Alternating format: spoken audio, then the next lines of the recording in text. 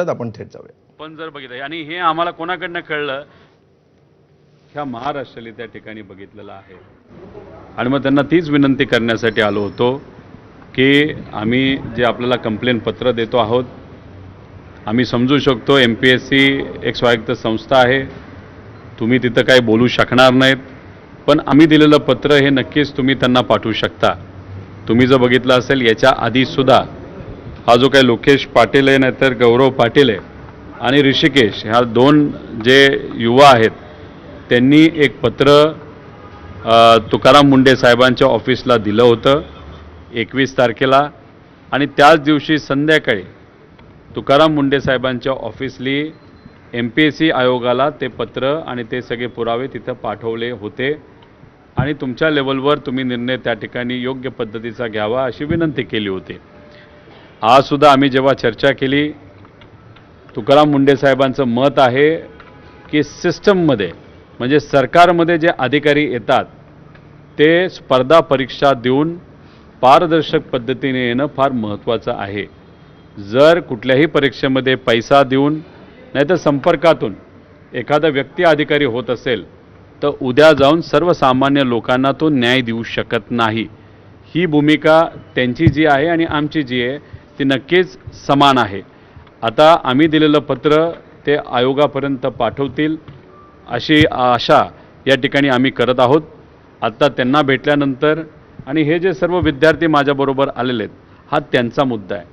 तिथं हे सर्व विद्यार्थी त्यांच्याशी बोलत होते, चर्चा करत होते, त्यांच्यावर एक विश्वास आहे, अधिकारी म्हणून त्यांचं काम चांगलं आहे, त्यामुळे सर्व विद्यार्थी त्यांच्यावर विश्वास ठेवून असतात.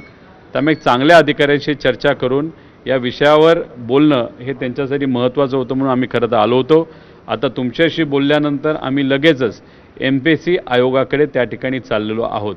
आता मगाशी जेव्हा राष्ट्रवादी शरदचंद्र पवार यांच्या पक्षाच्या कार्यालयामध्ये मी प्रेस कॉन्फरन्स घेत होतो, तुम्ही सगळ्यांनी मिळून एक पत्र हे लोकेश पाटलाचं का उर्फ गौरव पाटील, हा गौरव पाटील उर्फ लोकेश पाटील हा तसा एकच व्यक्ती आहे, यांनी हे पत्र जे पाठवलं आयोगाला याची कॉपी तुम्ही आम्हाला दाखवली. मी त्यावेळेस ती बघितली नव्हती.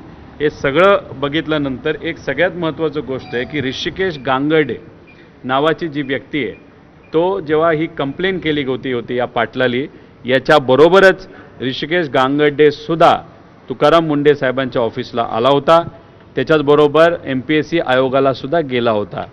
काही मिनिटापूर्वी ऋषिकेश गांगर्डे यांनी एक व्हिडिओ हा टाकलेला आहे. त्या व्हिडिओमध्ये त्यांनी सांगितलेले लोकेश पाटील उर्फ गौरव पाटील हा त्याचा मित्र आहे, त्याला थोडं धमकवलं, त्याला भीती दाखवली गेली म्हणून त्यांनी हे पत्र देऊन माघार घेतली. पण त्या पत्रामध्ये ऋषिकेश गांगर्डेचे सुद्धा नाव आहे आणि तो एक खऱ्या अर्थाने युवा म्हणून आणि MPSC विद्यार्थ्यांचा विचार करत असल्यामुळे तो त्याच्या भूमिकेवर ठाम आहे आणि त्यांनी सांगितलं की मी माझी कंप्लेंट मागे घेतलेली नाही. आणि हे जर तुम्ही नीट वाचलं याच्यामध्ये फार वेगळ्या वेगळ्या गोष्टी सांगितलेल्या आहेत. याच्यामध्ये तो सांगतोय की महिनाभर मी तपास करत होतो आणि नंतर तो सांगतोय की मी चेष्टा करत होतो. त्यानंतर तो तुकाराम मुंडे साहेबांच्या ऑफिसला आला, हा पाटील लोकेश पाटील का गौरव पाटील जो कोणी आहे, MPSCच्या कार्यालय मुंबईमध्ये आला, बरेच दिवस त्याच्यावर त्यांनी काम केलं आणि नंतर आत्ता कुठेतरी त्याच्यावर दबाव आल्यानंतर तो म्हणतो की मी चेष्टा करत होतो. याच्यावर कहर असा झाला आहे की त्यांनी असं लिहिलं आहे की आयोगाची 22 मार्च रोजीची परीक्षा झाल्यानंतर सदर प्रश्न टाईप करून 30 प्रश्नपत्रिका मी 20 मार्च रोजी ही पाठवली होती. म्हणजे 22 तारखेला टाईप केलं 20ला पाठवली. कहरच आहे, हा देवापेक्षा मोठा झाला, त्याला टाईम ट्रॅव्हल करता येतं असं आपल्याला म्हणावं लागेल. आणि याच्यात तो स्वतः म्हणतो की याच्यामध्ये काही पेपर प्रश्नपत्रिका असलेल्या याच्यामध्ये काही प्रश्न हे मॅच झालेले आहेत. आमचं हेच म्हणणं आहे ना, जो क्लासेसचा प्रश्नपत्रिका होत्या त्यातल्या 100 पैकी 90 प्रश्न हे आयोगाच्या प्रश्नाला मॅच झाले. हाच